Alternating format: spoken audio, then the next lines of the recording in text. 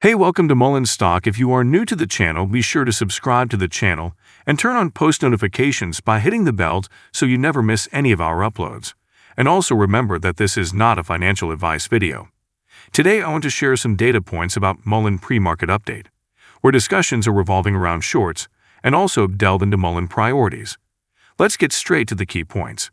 At this moment, it's down by 2.5%. According to the orientation, it seems like there's an intention to sell today. We are waiting to see if it touches the 52-week or all-time low today. However, other EV are showing some red. Lucid is up by 89%, Tesla is down by 1%, Rivian is down by 71%, and Polestar, which declared their earnings yesterday, is down by 1.38%. When we turn our attention to Mullen, we have to be patient. But when we look at their unofficial updates, especially those coming from a third party, it seems a bit confusing. It can be particularly confusing for someone who is new to Mullen. For example, Cha, who is quite good at due diligence, especially in tracking Mullen shipments, found something interesting. It seems like 5 packs of Dragonfly have arrived. So when it comes to this, my question is, should Mullen priorities solely be on the commercial side, generating as much revenue as possible, and transitioning to M5 in the future? Moreover, in the best-case scenario, should they also launch Dragonfly? Because for every pack that comes in, Mullen has to pay a royalty. I'm thinking somewhere between $1,500 and $2,500, or maybe more, $2,500. But technically, whatever comes, they have to pay royalties. This isn't a good sign. And why are they bringing this in?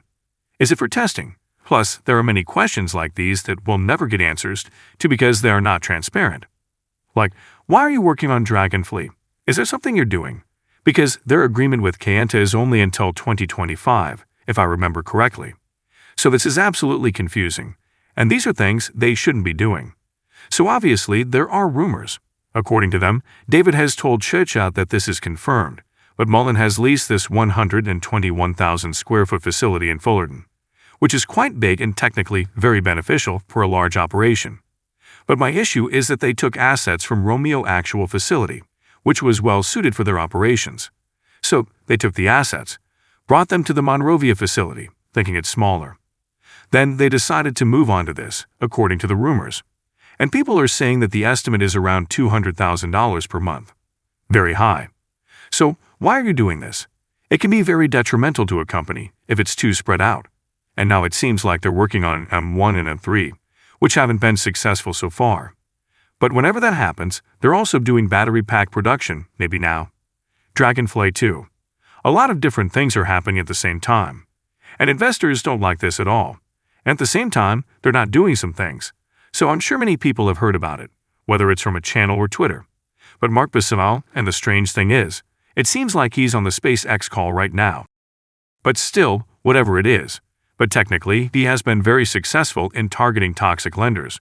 And in Mullen case, he has given Mullen investors a lot of tools to understand that Mullen hasn't registered with the people involved in those deals, which technically means that Mullen can go after those people for unauthorized lending and take legal action against them to recover the money. He has made it very clear, and actually, Mullen can technically hire him just to do that if shareholders don't. Of these, David Rice is technically a registered lender through FINRA. The rest are nothing at all. But on this stage in the game, it seems that Mullen is trying to do a lot operationally, which usually requires a significant amount of money, meaning dilution. And that's something investors don't want to see at this stage. Still, at the same time, Mullen is not doing the work where necessary funds could come in.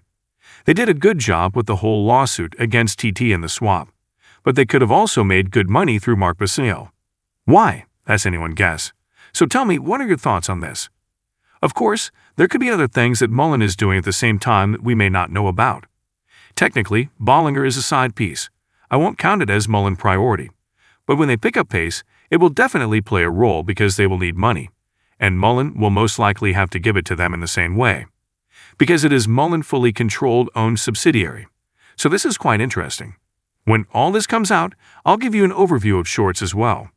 Right now, shorts are increasing by 377.02 shares, which is 9.36% of the free float. And this change happened because Vertex was adjusting the share count once. So there is a 9% short interest, which is a bit surprising because many people consider Mullen a heavily shorted stock, and 9% seems a bit low. But still, I think in a way, there are a lot of synthetics and failures to deliver as well. Maybe people are counting that too. I don't know when the time comes. What do you guys think? Do you think Mullen will ever squeeze? Or do you think there are still a lot of synthetics or something has returned due to the lawsuit? What is your viewpoint on this? But overall, 36.31 million shares have been shorted, and the cost to borrow, according to yesterday average, is 12.4.